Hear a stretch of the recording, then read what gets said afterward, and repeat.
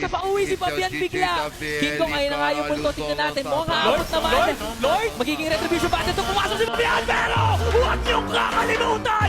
Si King Kong pa rin! Ang beast! Ang king of the jungle! Nahuli pa! Pinasok na nga dito si Arana. Fabio ka na immortality, pero napaligiran ng members ng Onyx Philippines! Bye-bye! Apat na lamang for TLID!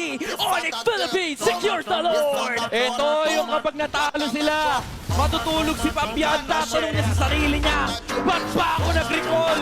Hindi siya umabot pagbaba ng Defiant Sword. Nandun na kasi yung multo.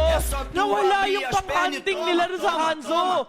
And Brusco, pumasok na naman, nakakuha na naman kasi Pico, pero hindi ata nakakuha ng kill dito ang Onyx Philippines per TLID at dinedepensa nila yung kanilang base. Pero Chiki, hapa ka ng HP itong Brasility. Pero itong passive back lang, hinampas si Untouchable. Lumalabas pa rin itong TLID pero hindi nila kaya yung damage ni Kelrine on Philippines. Tower lang ang harap nila. May minion wave pa nila sa base ng team ko dito and Fabian nagkakaroon na yung select ng Dino Strike. Best of Tsunami Slam bumagsak mula sa itaas yung Ling and tutumba pa si Fabian. May minion wave pa sa may middle lane and wala nang dedepensa sa TLID. Oy, magigit kayo, may Sky Piercer yan. May Piercer yan. O yun, Teka, tumba na. okay, nabigay si Super Prince. Pero, Nabigay si Super Prince, pero may minute sa gitna. nandito si King Kong, nandito si Kelra, nandito lahat, and tower lock para i-reverse swing ang Liquid ID.